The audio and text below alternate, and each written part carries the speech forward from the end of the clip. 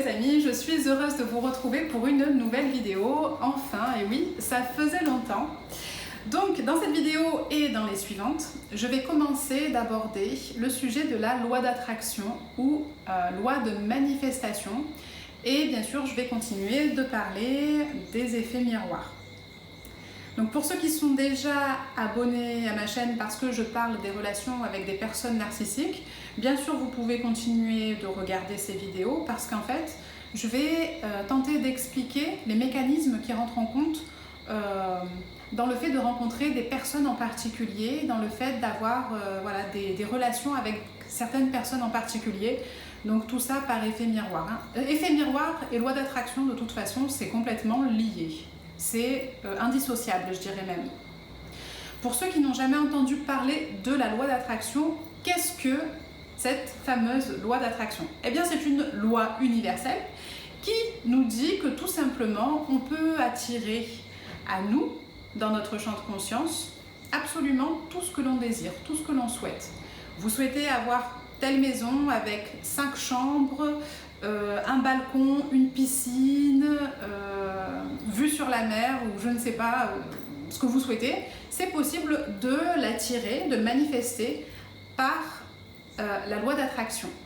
Si vous souhaitez devenir riche ou bien si vous souhaitez, je ne sais pas, gagner 10 000 euros par mois, gagner 100 000 euros par mois, eh bien vous pouvez également appliquer cette loi d'attraction.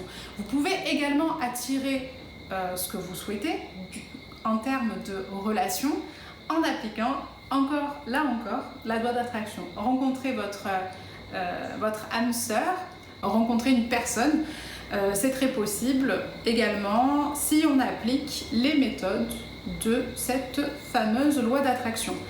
Avant de rentrer un peu plus dans le sujet, j'aimerais revenir sur ce terme de loi d'attraction. Pourquoi? Parce que pour moi, il est pas tout à fait juste. En fait, il n'est pas vrai de dire qu'on attire des situations plutôt que d'autres. En fait, ce qui se passe, et ça, la physique quantique, la mécanique quantique peut nous le montrer, peut nous le prouver, c'est qu'en fait, on observe une réalité plutôt qu'une autre. Je parle plus doucement, volontairement, plus lentement, volontairement, parce que c'est important à saisir. Pour toutes les personnes qui regardent des vidéos au sujet de la loi d'attraction, je veux vraiment, enfin pour moi en tout cas, je considère que c'est vraiment important de capter cette subtilité en fait. En fait, ce qui se passe, c'est que tout est possible au même instant. C'est-à-dire que tous les scénarios de vie sont possibles au même instant. C'est comme si vous étiez dans une librairie immense, d'accord? Il y a des millions, des milliards de livres même. Et ces livres, en fait, correspondent à un scénario en particulier de la vie que vous pourriez mener. Eh bien, nous, ce qu'on fait, c'est que on choisit un livre dans cette librairie. En fait, ce n'est pas qu'on le choisit, c'est que, du moins, on le choisit inconsciemment. Je peux choisir ce livre, je peux choisir ce livre, je peux choisir ce livre, à chaque instant. Et chaque livre correspond à un scénario possible pour moi. Je souhaite que vous compreniez bien, c'est que tout est possible à chaque instant. Toutes les situations existent. Voilà, donc je ferme la parenthèse là-dessus, loi d'attraction, loi de manifestation.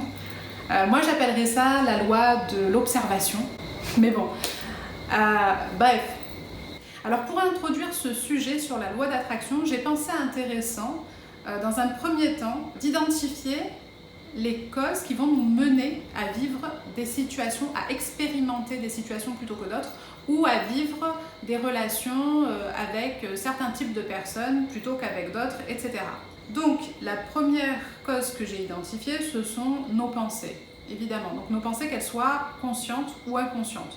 Donc ce sont finalement nos croyances sur la vie. Par exemple, si j'ai la croyance que dans la vie, eh bien, j'ai toujours de la chance, eh bien, c'est ce que je vais vivre. Je vais voir la vie sous l'angle de « mais j'ai toujours de la chance ». Et effectivement, je vais constater dans ma réalité que c'est la vérité, j'ai toujours de la chance. je peux aussi avoir la croyance que tous les hommes sont des connards. Eh bien, l'expérience que je vais faire, c'est de rencontrer des hommes et je vais vraiment constater que ce sont des connards. Et donc, pour les personnes qui sont abonnées à ma chaîne parce que je parle des relations avec des personnes narcissiques, eh bien, c'est la même chose. Il est très possible que dans vos croyances, vous ayez intégré que les hommes ou les femmes, ça marche aussi avec les femmes bien sûr, sont des menteurs, sont des manipulateurs, ne respectent pas les femmes ou ne respectent pas les hommes, et du coup, vous allez tomber sur une personne que vous allez qualifier de pervers narcissique. Ensuite, la deuxième cause que j'ai identifiée qui nous permet de comprendre la raison pour laquelle on attire des personnes plutôt qu'une autre, eh bien, c'est ce phénomène des miroirs dont je parle beaucoup et dont je continuerai de parler dans les prochaines vidéos également. Si je rencontre une personne en particulier, c'est parce qu'elle va m'apporter un miroir dont j'ai besoin de prendre conscience. Parce que si je prends conscience de ce miroir-là, j'aurai plus de chances d'arriver à mon intention de départ. Donc là, on parle encore de loi d'attraction. C'est-à-dire que je pose une intention, d'accord? Par exemple, mon intention, ce serait de gagner 1 million par an. Mais pour manifester un job ou bien des opportunités qui vont me permettre d'obtenir cette somme d'argent, eh bien j'ai besoin de prendre conscience de comportements que j'ai chez moi. Et c'est là où les expériences se mettent en place et c'est là où on rencontre des personnes en particulier. Parce que ces personnes vont nous permettre de prendre conscience des problématiques actuelles que l'on a et qui nous empêchent d'aller plus loin, qui nous empêchent d'obtenir cette intention qu'on s'était fixée, ce but qu'on s'était fixé. Ce qu'il faut savoir, c'est que plus le miroir est désagréable, plus ce miroir va vraiment vous permettre de débloquer une clé. C'est comme dans un jeu vidéo. C'est-à-dire que si j'arrive à me rendre compte que la personne, que le con en face de moi, c'est bien moi-même, j'ai la même problématique que la personne que je trouve absolument désagréable, si j'arrive à me rendre compte de ça, eh bien, je m'approche petit à petit de mon but, de mon intention originelle, et je passe comme ça de niveau en niveau. Donc, alors, pour les miroirs, j'ai noté qu'il y a 2 façons d'interpréter un miroir. Il y a la façon directe d'interpréter le miroir, c'est-à-dire que, admettons, je rencontre une personne que je trouve absolument contrôlante, cette personne essaie de me contrôler et pour moi c'est absolument exaspérant. Eh bien la raison pour laquelle pour moi c'est exaspérant, c'est parce que sans doute que je suis une personne contrôlante aussi. J'avais déjà utilisé cet exemple-là, je pense que c'est un exemple qui me parle bien, parce que moi-même je suis une personne contrôlante. Anyway, ça c'était en ce qui me concerne. Quoi d'autre comme miroir? Pour donner d'autres exemples sur les miroirs directs. Par exemple, je rencontre une personne que je trouve particulièrement agressive. Eh bien, je peux me dire, alors, cette personne est agressive, ok, où est ma part d'agressivité en moi? Parce que si je rencontre une personne qui m'agresse, peut-être que dans d'autres situations de la vie, moi-même, je suis agressive avec d'autres personnes. Ensuite, il y a les miroirs indirects. Alors, qu'est-ce que j'appelle un miroir indirect? Ce sont les miroirs posés en déni. C'est-à-dire que vous allez rencontrer quelqu'un qui va refléter quelque chose que vous avez chez vous, mais dont vous n'avez absolument pas conscience. Et d'ailleurs, cette chose-là ne s'exprime absolument jamais. Donc, c'est pour ça que j'appelle ça un miroir indirect. Qu'est-ce que c'est le miroir indirect? Et d'ailleurs, ça concerne beaucoup les personnes empathes. Donc, ouvrez bien les oreilles. Par exemple, alors un exemple de miroir indirect. Un exemple de miroir posé en déni. Eh bien, admettons, je me retrouve dans un groupe ou je me retrouve dans une soirée ou dans un événement ou enfin voilà, dans un endroit où il y a du monde et je vois qu'il y a une personne qui est particulièrement à l'aise, qui parle avec tout le monde, qui est extravertie, qui ose exprimer ses idées et ses points de vue. Et du coup, la sensation que je que je vais avoir, ce serait d'être exaspérée par ce comportement-là. Peut-être que je me dirais « Ah, mais regarde-moi celui-ci » ou « Regarde-moi celle-là, mais pour qui elle se prend, pour qui il se prend ?» de donner son avis. On lui a rien demandé. Enfin, eh bien, ce que ça peut refléter chez vous, c'est tout simplement le déni de ne pas exprimer ça vous-même de votre côté. Parce que vous souhaiteriez être comme cette personne, vous souhaiteriez vous exprimer vos points de vue et vous n'osez pas. Du coup, cette personne-là qui ose le faire, ça vous exaspère. Ensuite, comme je disais, pour les personnes empathes qui sont avec une personne narcissique, eh bien, la caractéristique pour moi principale d'une personne narcissique, c'est qu'elle est absolument égoïste, d'accord, égocentrique au possible. Eh bien, pour la personne empathe qui est tout l'inverse de ça, c'est pour lui montrer en fait qu'elle ferait bien d'être un peu plus égoïste. Donc en fait, c'est ce miroir posé en déni de moi aussi j'ai ça chez moi, d'être égoïste et de ne pas tout le temps m'occuper des autres. Et du coup, c'est pour ça qu'on a vraiment, en tant qu'empathe, on a vraiment besoin de rencontrer des personnes ultra égoïstes pour s'apercevoir que on a besoin, nous aussi, de l'être pour rétablir un petit peu les choses.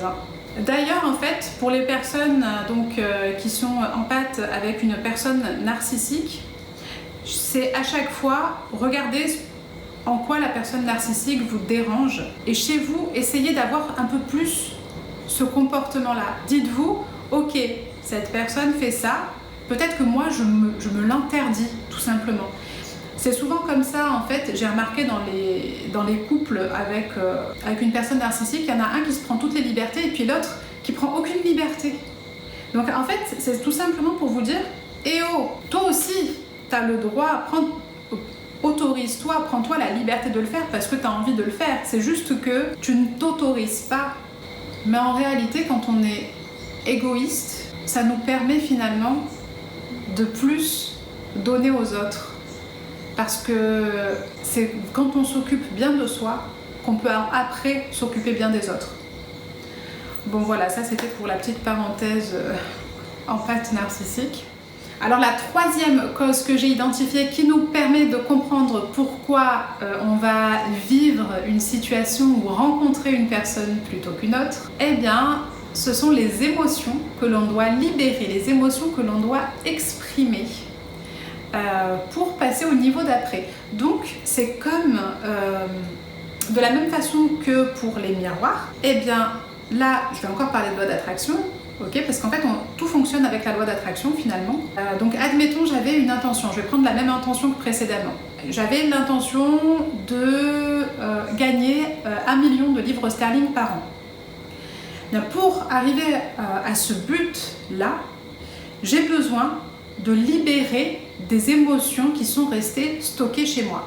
Et en fait, ce sont ces émotions en latence, ces émotions latentes, qui m'empêchent vraiment de libérer mon plein potentiel. Donc, qu'est-ce qui se passe? Alors, admettons, je vais reprendre encore cet exemple-là, je l'avais déjà donné dans une autre vidéo. Donc, admettons que quand j'étais petit, admettons que quand j'avais 2 ans, j'ai eu l'impression de me faire rejeter par mon père ou ma mère. L'émotion était tellement forte que je n'ai pas pu la vivre sur le moment. Et puis de toute façon, j'étais trop petit ou petite pour comprendre ce qui se passait. Donc, l'émotion étant trop forte, elle est restée en latence, elle est restée en suspense, en attente d'être libérée par une expérience qui va à nouveau me refaire vivre cette émotion-là. Ensuite, dans ma vie d'adulte, donc, et quand ce sera opportun de le faire, je vais rencontrer une personne où je vais vivre une situation qui va me remettre dans les mêmes dispositions énergétiques, qui va donc me permettre de revivre cette émotion du rejet. Par exemple, vous allez rencontrer une personne, votre copain ou votre copine qui va vous rejeter. Eh bien, si vous vous permettez vraiment de vivre cette émotion de rejet et pas de dire « Ah non, je vais m'en aller avant, comme ça, je suis sûre de ne pas me faire rejeter, je suis sûre de ne pas me faire larguer », je largue avant et ça c'est vraiment... Vous croyez que c'est la solution de facilité, mais en vrai ça vous aide pas. Il faut vraiment plonger dans le truc. Bon, bref, ça c'est encore un autre sujet, j'en parlerai sûrement dans d'autres vidéos.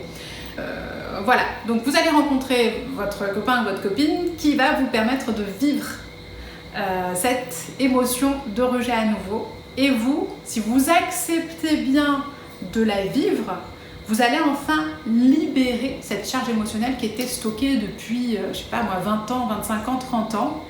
Et enfin, une fois que c'est libéré, une fois que c'est vraiment exprimé, vous allez pouvoir passer à autre chose, aller sur un autre niveau et vivre de nouvelles émotions, etc. Et du coup, qui vont vous rapprocher à chaque fois de votre but. Donc au final, quand vous avez une émotion qui est désagréable, passez-la avec plaisir. Pourquoi? Parce qu'en fait, cette émotion désagréable, elle vous rapproche de votre objectif. Vous avez une intention, eh bien, la vie vous dit, bah, d'accord, par contre, il faut passer par telle et telle émotion d'abord. Et bien voilà, c'est tout pour cette première vidéo sur la loi d'attraction. N'hésitez pas à me laisser vos commentaires, laisser vos questions en bas de la vidéo, comme ça, ça me servira pour les prochaines vidéos. Je vous répondrai avec plaisir, voilà, je pense dans les prochaines vidéos. Je vais essayer maintenant de revenir avec une vidéo au moins une fois par semaine. Donc voilà, n'hésitez pas à lâcher vos commentaires et puis je vous dis à très vite.